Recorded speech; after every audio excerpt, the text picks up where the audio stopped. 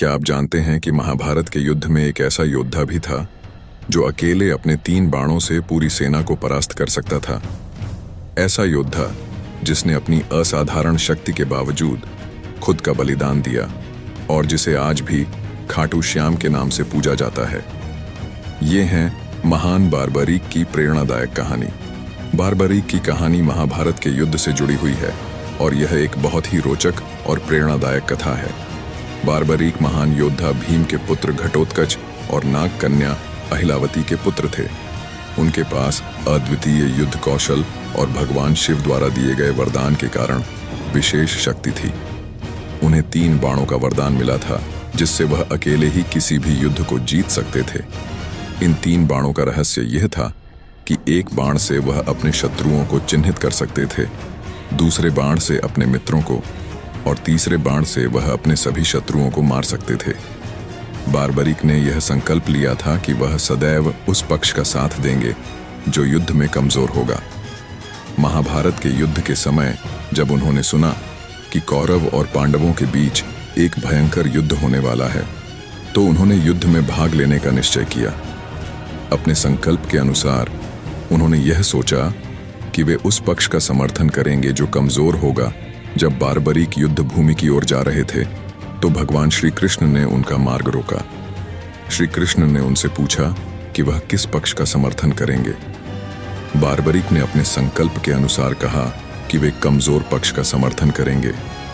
श्री कृष्ण जानते थे कि यदि बारबरीक ने युद्ध में हिस्सा लिया तो युद्ध का परिणाम बदल जाएगा, क्योंकि उनके पास असीम शक्ति थी।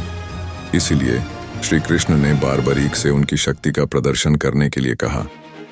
बारबरीक ने श्री कृष्ण को अपनी 3 बाणों की शक्ति दिखाने के लिए तैयार हो गए, लेकिन श्री कृष्ण ने देखा कि इससे युद्ध का संतुलन बिगड़ सकता है और उन्होंने उन्हें युद्ध में भाग लेने से रोकने का उपाय सोचा। श्री कृष्ण ने उनसे एक योद्धा के रूप में बलिदान मांगने का निश्चय किया। उन्होंने बारबरीक से कहा कि महान योद्धा का कर्तव्य होता है कि वह धर्म की रक्षा के लिए बलिदान देने को तत्पर रहे। श्री कृष्ण ने बारबरीक से उनका शीश सिर मांगा ताकि वह इस युद्ध को देख सकें और बारबरीक के अद्वितीय बलिदान को भी याद किया जा सके। बारबरीक ने बिना किसी हिचकिचाहट के अपना शीश श्री कृष्ण को समर्पित कर दिया। श्री कृष्ण ने उनके बलिदान को स्वीकार किया और उनका शीश एक ऊंचे स्थान पर रख दिया ताकि वह पूरे महाभारत युद्ध को देख सकें। महाभारत का युद्ध समाप्त होने के बाद जब पांडव विजयी हुए तो उन्होंने इस युद्ध की सफलता का श्रेय श्री कृष्ण और अपनी सेना को दिया। लेकिन तब श्री कृष्ण ने उन्हें याद दिलाया कि असल में इस युद्ध के साक्षी बारबरीक थे और उनसे ही पूछा जाना चाहिए कि असली विजेता कौन था।